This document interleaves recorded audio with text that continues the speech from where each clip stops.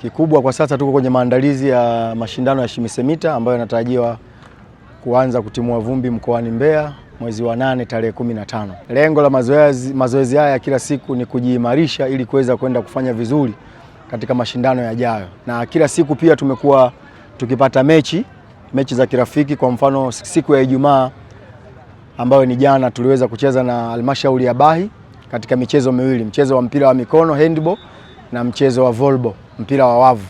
Na katika michezo hiyo tulifanikiwa kushinda michezo yote. Tulishinda mchezo wa wavu kwa seti 3-0, lakini pia mchezo wa mpira wa mikono tulishinda kwa magoli 14-10.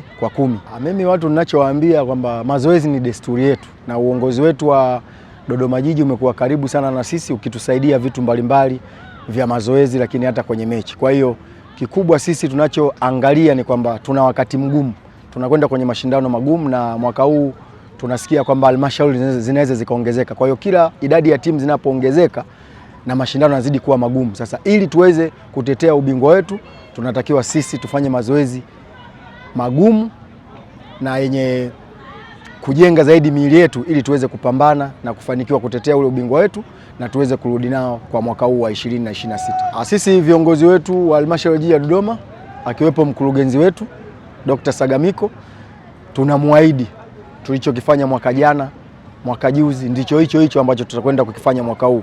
Tutarudi na makombe mengi, na pia tunatarajia sisi kama sisi Dodoma Jiji kuwa washindi wa jumla, na hiyo ndio dhamira yetu kubwa katika mashindano haya.